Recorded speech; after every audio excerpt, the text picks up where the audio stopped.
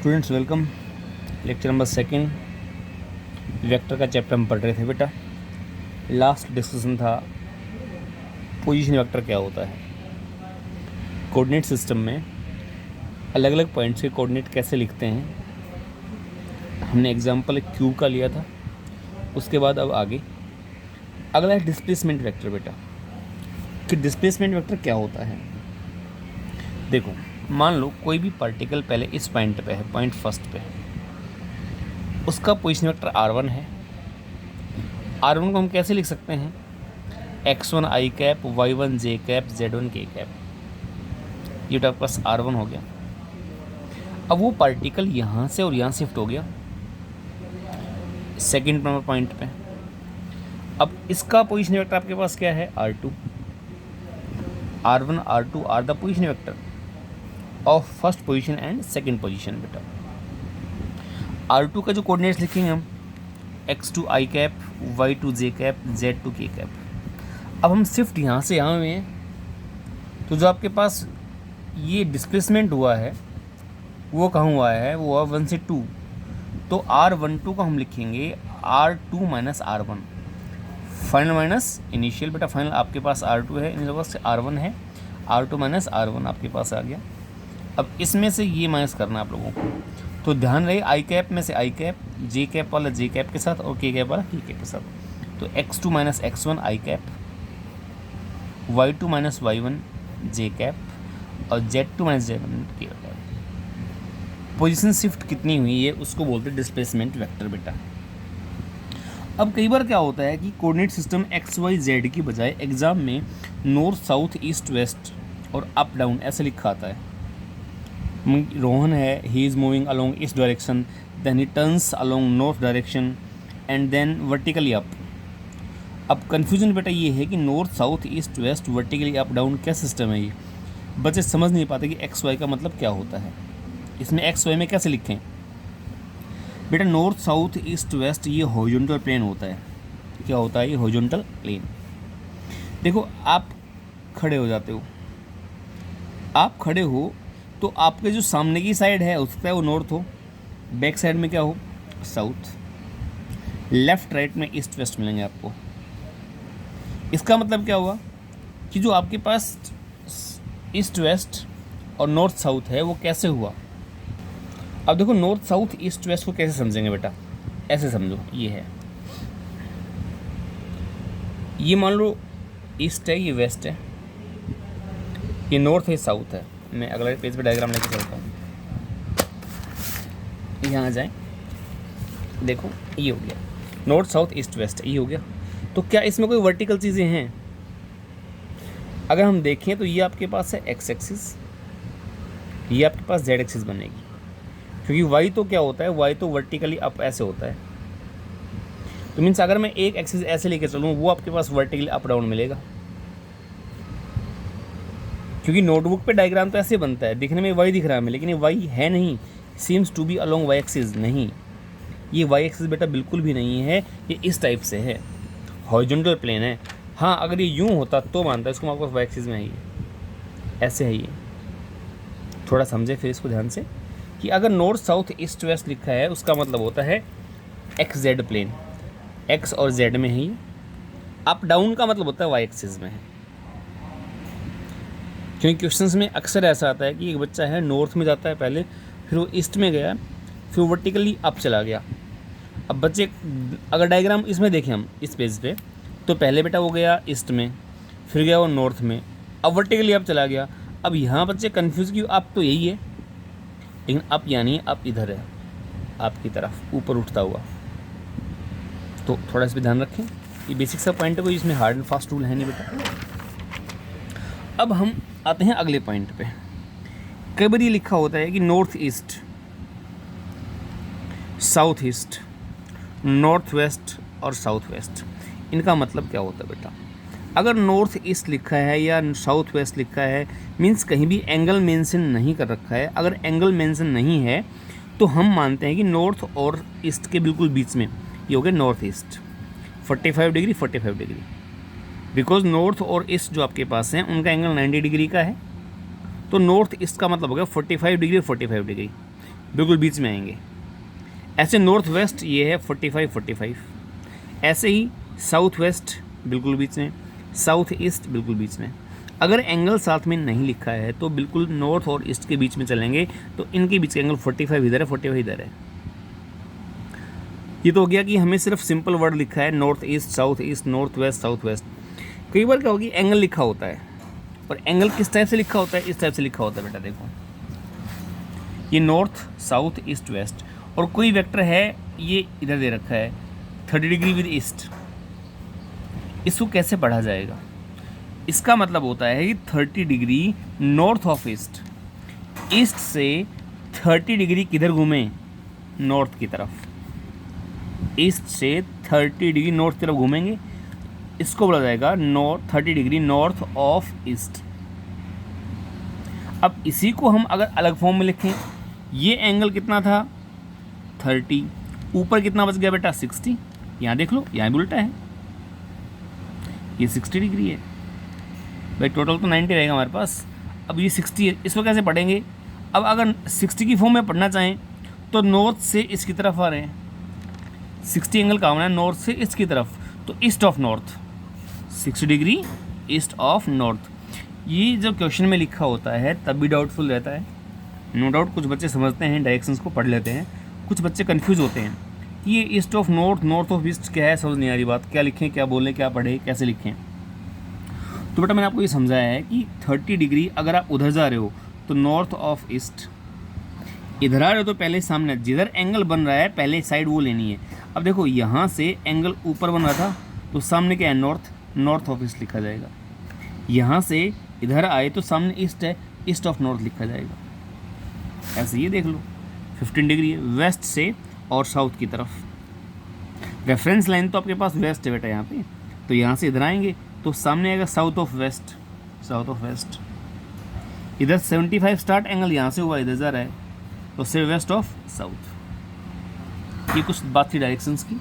अब एक important triangle आती है फिजिक्स में, ये ट्रायंगल बड़ी इंपॉर्टेंट है बेटा। देखो नॉन मेडिकल के बच्चे तो पढ़ लेंगे इसको, मेडिकल में थोड़ा कन्फ्यूजन रहता है क्योंकि मैथ्स उनके पास है नहीं, तो ट्रायंगल कभी सामने आएगी नहीं। ये जो ट्रायंगल है इस ट्रायंगल को रट लो आप लोग।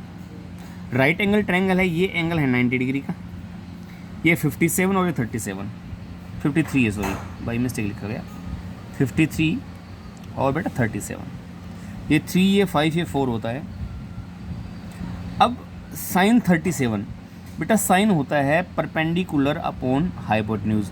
तो अगर मैं एंगल 37 लेता हूँ तो ये परपेंडिकुलर है, ये वाला, तो परपेंडिकुलर अपॉन हाइपोटेन्यूज 3/5, ये इसकी वैल्यू फिक्स याद करनी पड़ेगी आप लोगों को। ये cos 37 बेस अपॉन हाइपोटेन्यूज,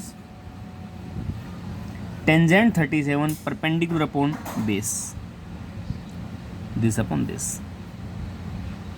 अगर एंगल 53 यूज करते हैं तो एंगल के सामने परपेंडिकुलर होता है बेटा, तो अब ये बन जाएगा परपेंडिकुलर, ये बन जाएगा बेस, ये आपका हाइपोटेन्यूज रहेगा।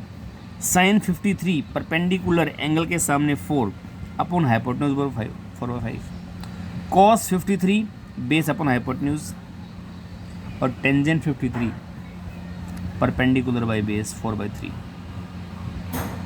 एंगल के सामने बेटा परपेंडिकुलर है, लॉन्गेस्ट साइड हाइपोटेन्यूज होती है, 2 साइड पता लग गया, थर्ड आपको अपने आप पता लग जाएगी। ये ट्रायंगल हर बच्चा दिमाग में बैठा ले। न्यूमेरिकल जब हम आगे पढ़ेंगे फिजिक्स में तो मैं डायरेक्ट वैल्यू यूज़ करूँगा कि साइन 37 की जगह मैं ये लिखूँगा सीधा, जहाँ भी एंगल्स। और जनरली नॉन मेडिकल के बच्चे ध्यान दें, मेंस में या फिर बोर्ड एग्जाम में देखता हूँ, बताता हूँ आपको कि एंगल यही आते हैं 37, 53, वो 60 डिग्री एंगल बड़े बहुत कम आते हैं, जिनकी टेबल आप लोगों ने 10th में पढ़ी होगी ना, 45, 30, 60, वो बहुत कम आते हैं। जनरली 37 की फॉर्म में ही क्वेश्चन चलते हैं। अब एक क्वेश्चन है, और क्वेश्चन आपके पास ये है कि अगर आपको एक पर्टिकुलर एंगल पे कोई वेक्टर दे रखा है तो उसको कोऑर्डिनेट फॉर्म में कैसे लिखें। तो ये आपके पास है कोई वेक्टर, क्वेश्चन है Ravi is moving with velocity 20 metre per second 37 degree north of east, write it into the vector form. Ravi है वो 37 डिग्री पे मूव कर रहा है, कितनी वेलोसिटी उसकी 20 मीटर पर सेकंड है। डायरेक्ट ये तो होगी मैग्नीट्यूड, ये उस डायरेक्शन होगी बेटा, वेलोसिटी बनी है हमारे पास। कहता है कि इसको आप लिखो कोऑर्डिनेट फॉर्म में, किसमें लिखो, कोऑर्डिनेट या फिर वेक्टर फॉर्म में लिखना है, मीन्स एक्स और वाई की फॉर्म में लिखना है हमें। चलो इसका डायग्राम मैंने ये बना लिया, ये इसको मैंने आर मान लिया, ये वाई, ये एक्स, ये 37 डिग्री। तो आर को वेक्टर फॉर्म में कैसे लिखेंगे, X I cap plus Y J cap, जो मैंने आपको सिखाया था जब पढ़ाया था position vector, R equal to X I cap plus Y J cap बेटा। तो हमें तो एक्स और वाई निकालना है। अब इस ट्रायंगल में आप ध्यान से देखें, एक्स अपॉन आर, एक्स तो बेस है, आर क्या है, हाइपोटेन्यूज, तो बेस अपॉन हाइपोटेन्यूज कोस बनेगा बेटा, बेस अपॉन हाइपोटेन्यूज कोस 37, कोस 37 होता है 4/5, पिछले टेबल पढ़ाई आपको मैंने। तो जैसे x निकालना है, r ऊपर चला जाएगा, तो x equal to R into 4/5। What is r, ये वैल्यू 20 दे रखी है, तो 20 इंटू 4/5, 5 से 20 पे 4, 4 इंटू 4 16, x की वैल्यू आपके पास कितनी आ गई है, 16 आ गई। इसी ट्रायंगल में y बाई आर ले लो अब, तो बेटा y upon R perpendicular upon hypotenuse sine theta बन जाएगा, साइन 37, वो 3/5 होता है, y निकालोगे तो r ऊपर चला जाएगा, r into 3/5, what is r, 20 into 3/5, 5 4 जा 20, 4 3 जा 12, तो y आपका 12 आ गया, x 16 आ गया। इनकी वैल्यू उठाओ और यहाँ पर कर दो, तो जो वेलोसिटी वेक्टर आपके पास आया वो कितना आया, 16 आई कैप प्लस 12 जे कैप, 16 आई कैप प्लस 12 जे कैप। देखिए ये बातें ना बड़े काम की हैं, बेसिक बातें हैं बेटा ये, हालांकि ऐसे कभी क्वेश्चंस नहीं आते, लेकिन जो ये कॉन्सेप्ट है ये हम जब न्यूमेरिकल्स डिस्कस करेंगे आगे फिजिक्स में, 11th और 12th कंप्लीट बातें कर रहा हूँ मैं, तो ये सारे कॉन्सेप्ट अप्लाई होंगे कि कैसे कहाँ से क्या आता है।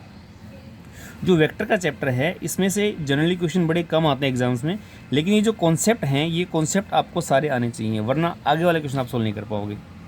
तो देखो अब मैं इसको कैसे लिख सकता हूँ, अगर इसको जनरल फॉर्म में लिखूँ मैं, थीटा एंगल मान के, वही क्वेश्चन है पीछे वाला, ये एंगल थीटा ले लिया मैंने, एक्स और वाई ले लिया, तो एक्स यहाँ से हो जाएगा आर कोस थीटा, भाई x upon R equal to cos theta, तो x equal to R cos theta, और y equal to R sine theta. कैसे आ रहा है दोबारा देख सकते हो, एक्स बाई आर लिखूँगा तो मैं कोस थीटा लिखूँगा, यहाँ से एक्स हो जाएगा आर इंटू कोस थीटा, बेटा वाई अपॉन आर में लिखूँगा तो साइन थीटा लिखूँगा, यहाँ से वाई हो जाएगा आर साइन थीटा।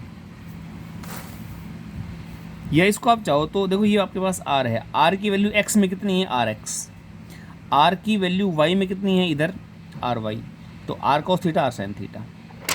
अगर आपको आर निकालना पड़े तो ये ट्रायंगल राइट एंगल ट्रायंगल है, बेस का स्क्वायर प्लस परपेंडिकुलर स्क्वायर आपके पास ये आ जाएगा, इसका प्लस का स्क्वायर। डायरेक्शन क्या थीटा कैसे निकालोगे, perpendicular upon base tan inverse R Y by R X, basic maths. और ये जो फिनोमेना था मैंने एक वेक्टर के दो पार्ट कर दिए, आर के दो part R X R Y, इस फिनोमेना का नाम है रिजोल्यूशन ऑफ द वेक्टर।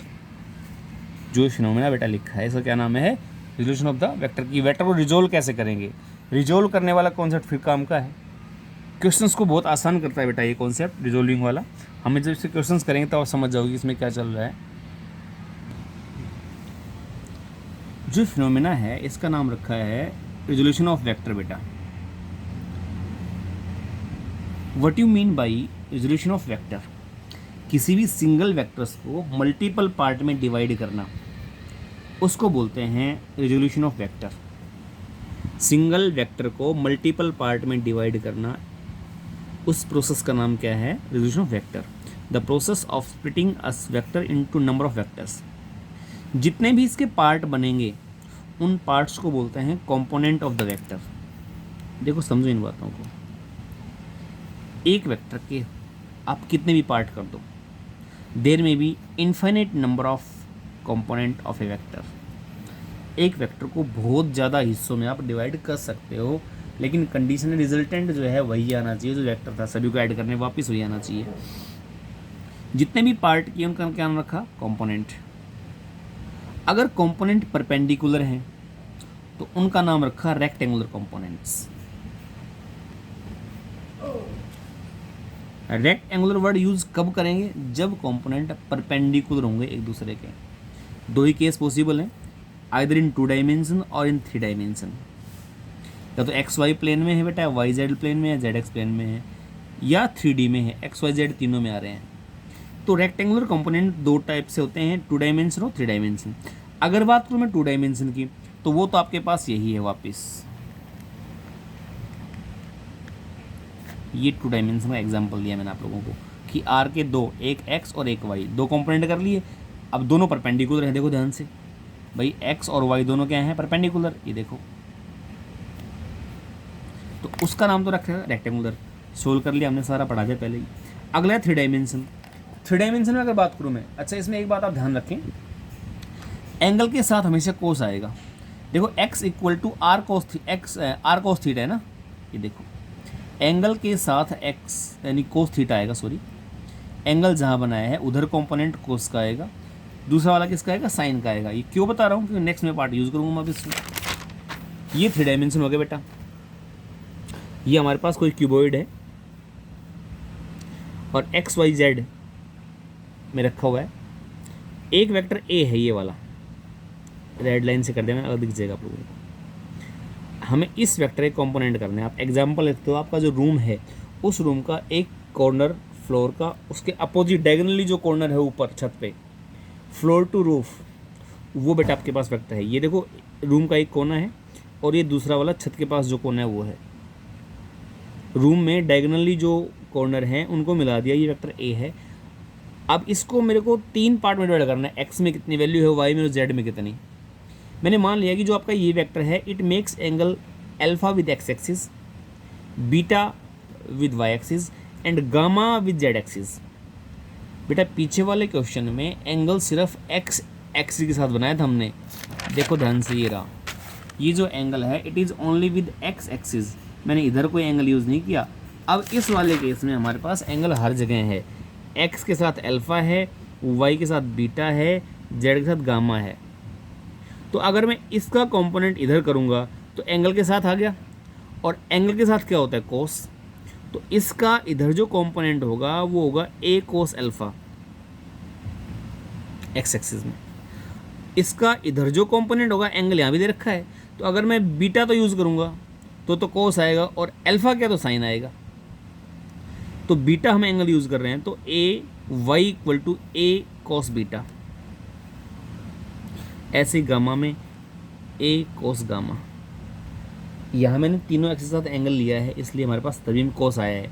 पीछे वाले मैंने एंगल सिर्फ एक बना था, सिर्फ हमारे पास कोस साइन बेटा दोनों आ गए थे, है ना। थोड़ा डाउटफुल केस रहेगा यहाँ पे। अब जो आपके पास अगर एक वेक्टर है तो वेक्टर ए कैसे लिखा जाएगा? ये वाला एक्स में कितनी वैल्यू, वाई में कितनी और जेड में कितनी। इनिशियल देखो सिखाया था आप लोगों को लिखना मैंने कि वेक्टर ए को लिखेंगे ए x I cap, A Y J cap, A Z के कैप। और ए का मॉडुलस कैसे निकालेंगे? इसका स्क्वायर, इसका स्क्वायर, इसका स्क्वायर, सारा का स्क्वायर रूट। ये हमने पहले सीखा हुआ है, ये मैंने यहाँ पे लिखा है। अब यहाँ भी आप ऐसा ही कर दो, स्क्वेयरिंग एंड एडिंग, इनको स्क्वेयर और ऐड कर दो। स्क्वेयर और ऐड करने के पास क्या आएगा? A x square, a y square, a z square left side, right में ए स्क्वेयर कॉमन हो जाएगा, cos square alpha, cos square beta, cos square gamma. अब ए स्क्वेयर तो इसके बराबर हो गया बेटा। अगर मैं यहाँ भी स्क्वेयर कर दूँ तो ए स्क्वेयर आपके पास यहाँ से कितना आ जाएगा? ये आएगा a x square plus A y square plus A z square. अब ये दोनों बराबर हैं तो ये और ये तो कट जाएगा, ए स्क्वेयर के बराबर हो गया। बचा क्या यहाँ से? Cos square alpha, cos square beta, cos square equal to 1। इधर कुछ है नहीं, सब कुछ कट चुका है तो 1 आ गया। अब ये आपने 10th में पढ़ा है ट्रिग्नोमेट्री में, कोस स्क्वेयर थीटा को मैं लिखता हूँ 1 माइनस साइन स्क्वेयर थीटा। तो बेटा यहाँ आएगा 1 minus sine square alpha, 1 minus cos square beta, sorry sine square beta, और 1 माइनस साइन स्क्वेयर गामा।